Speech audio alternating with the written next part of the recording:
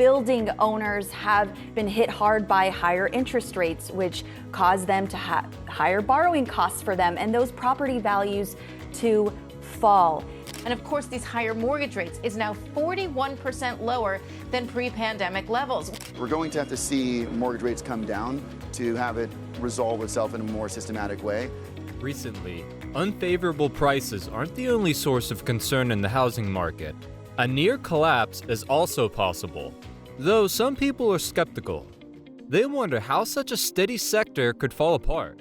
For the past decade, home prices have risen year after year. People have predicted a crash for years, yet prices have only risen. That's exactly what everyone said in 2007, just before prices fell 33%. People like Michael Burry and Steve Eisman from The Big Short understand the data and predict that housing values will decline. They made hundreds of millions of dollars, but it was too late for anyone else to notice the data. Our predicament is identical to that of the 2008 recession. People say history repeats itself, and we believe that is exactly what is taking place.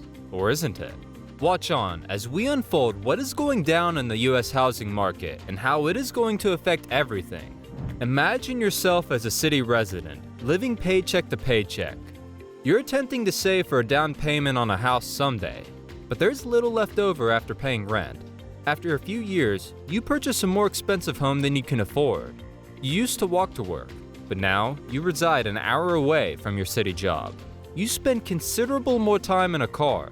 You intend to start a family within the next year, but considering the cost of the property, the extra years it took to secure it, and its small size, you decide to have fewer children than you had planned. This is the essence of the housing theory of everything. Published in 2021 by economists Sam Bowman and Ben Southwood and housing advocate John Myers. They argue in Stripe's online magazine, Works in Progress, that the significant lack of homes in the United States is a crucial source of more than merely dipping housing affordability in the past few decades. Western housing shortages do not just prevent many from ever affording their own home, they also drive inequality, climate change, low productivity growth, obesity, and even falling fertility rates, they said.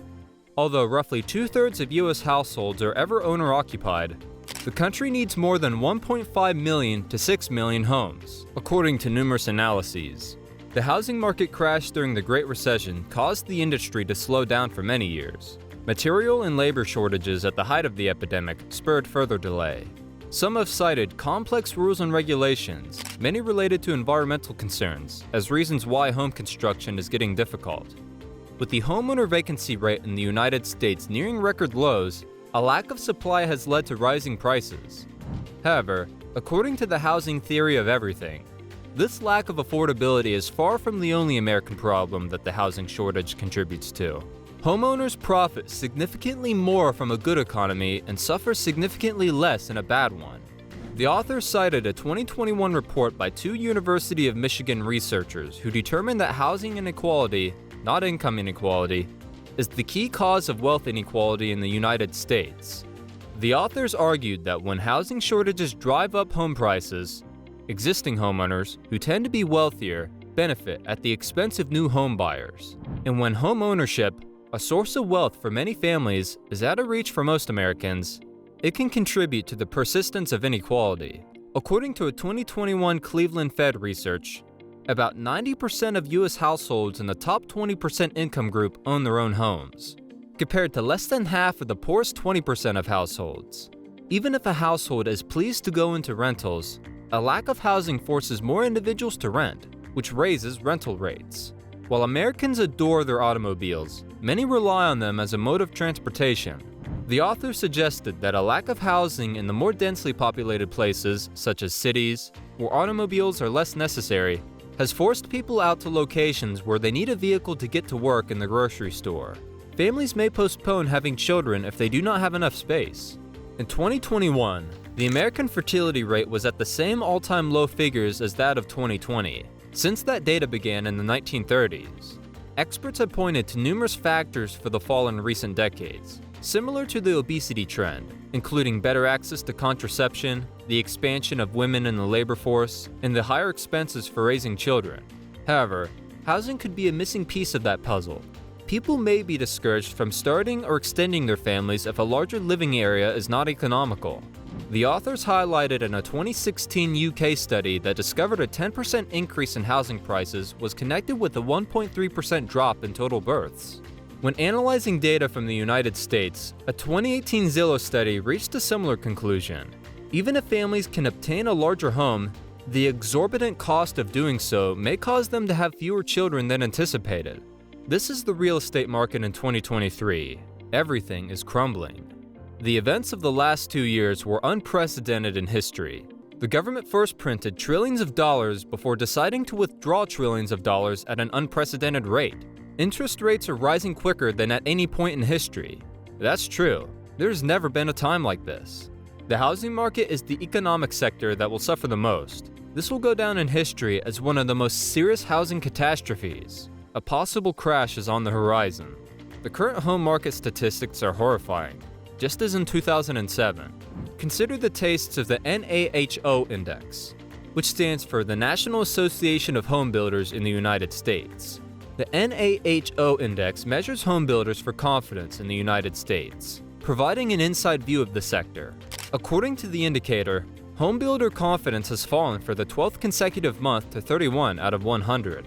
The last time we saw such a significant drop was during the pandemic, when shelter-in-place was in effect. There are various reasons for this, but ultimately, there is one fundamental reason. Home purchasers cannot obtain mortgage rates at reasonable interest rates. Regardless of whether someone decides to acquire a mortgage at a greater interest rate, they would need help having a loan approved by banks, who know the market is bound to fail.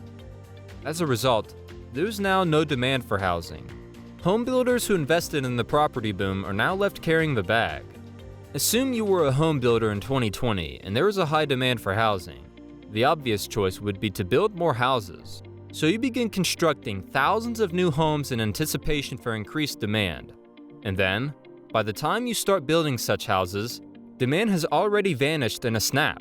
However, home construction reached an all-time high last year due to exceptional demand.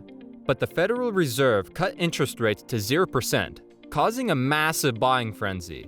Many home builders face financial difficulties as the Fed raises interest rates and there is no demand. Even the homes that are selling are at steep discounts, and that's not everything.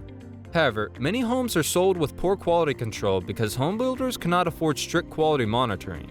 It's very uncommon for doors to fail to close or for walls to fall apart shortly after moving in. When a crisis strikes, it is said that corporations are the first to flee. As a result, the middle and lower claves are left holding the bag with higher life savings. That's exactly what is going on right now. Banks know that the housing market is imploding and are exiting as quickly as possible. Wells Fargo is an unchallenged leader in the mortgage industry. As you may expect, Wells Fargo is currently exiting the mortgage market. Wells Fargo has revealed that it will shrink its entire mortgage operation, worth $1 trillion in loans. That's right, $1 trillion in loans. Wells Fargo has decided to limit home loans to existing customers and minority neighbors. In addition, the bank will discontinue all purchases of loans from third-party lenders. The last time such a significant drop occurred in the mortgage market was in 2008. During the 2008 recession, Bank of America and JP Morgan Chase reduced the size of their mortgage businesses, costing them a market share they never regained. When the ship is sinking, the captain is the first to leave. When you can see the captain jump from the ship, you know something is seriously wrong. All of the captains have left the ship. Remember when Fannie Mae had to be bailed out during the 2008 recession? Thanks for watching this video. Look at the critical points raised here and take the necessary steps if you're a homeowner. With that said, we've come to an end of the video. Please share your thoughts with us about the situation in your neighborhood. Give a thumbs up to this video and subscribe.